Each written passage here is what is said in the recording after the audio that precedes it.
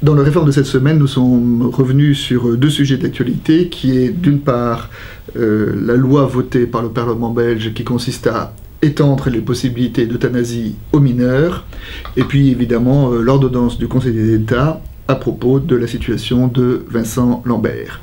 Ces deux informations, ces deux actualités se rejoignent pour nous reposer la question de la fin de vie et en introduction dire que cette question est une question qui va se poser de plus en plus à la société. Pourquoi? Parce qu'aujourd'hui, de plus en plus, la médecine est capable de maintenir artificiellement les fonctions vitales en opération, et donc, de ce fait, de plus en plus, la fin de vie va relever d'une décision des médecins. Et, à mon avis, il est normal que sur ce sujet-là, la société accompagne les médecins pour qu'ils ne soient pas seuls autour, justement, des décisions à prendre par rapport à la fin de vie. Commençons par la situation en Belgique. L'extension de la loi montre que, une fois que l'euthanasie devient possible, c'est-à-dire qu'une fois que la barrière du « tu ne tueras pas » est franchie, eh bien, on ne sait pas très bien où mettre la limite.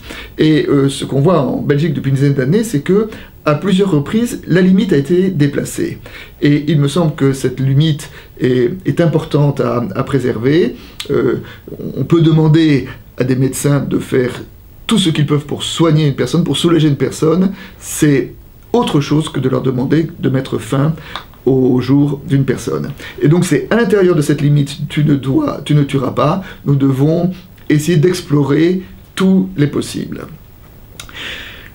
En France, le Conseil d'État donc a émis une ordonnance sur la question de Vincent Lambert avec deux éléments nouveaux qui feront jurisprudence. Le premier élément, c'est que le Conseil d'État a décrété que la loi Leonetti s'appliquait à Vincent Lambert, même s'il n'est pas formellement en fin de vie. C'est-à-dire que la loi Leonetti peut s'appliquer aux personnes qui sont ce qu'on appelle en situation de coma végétatif.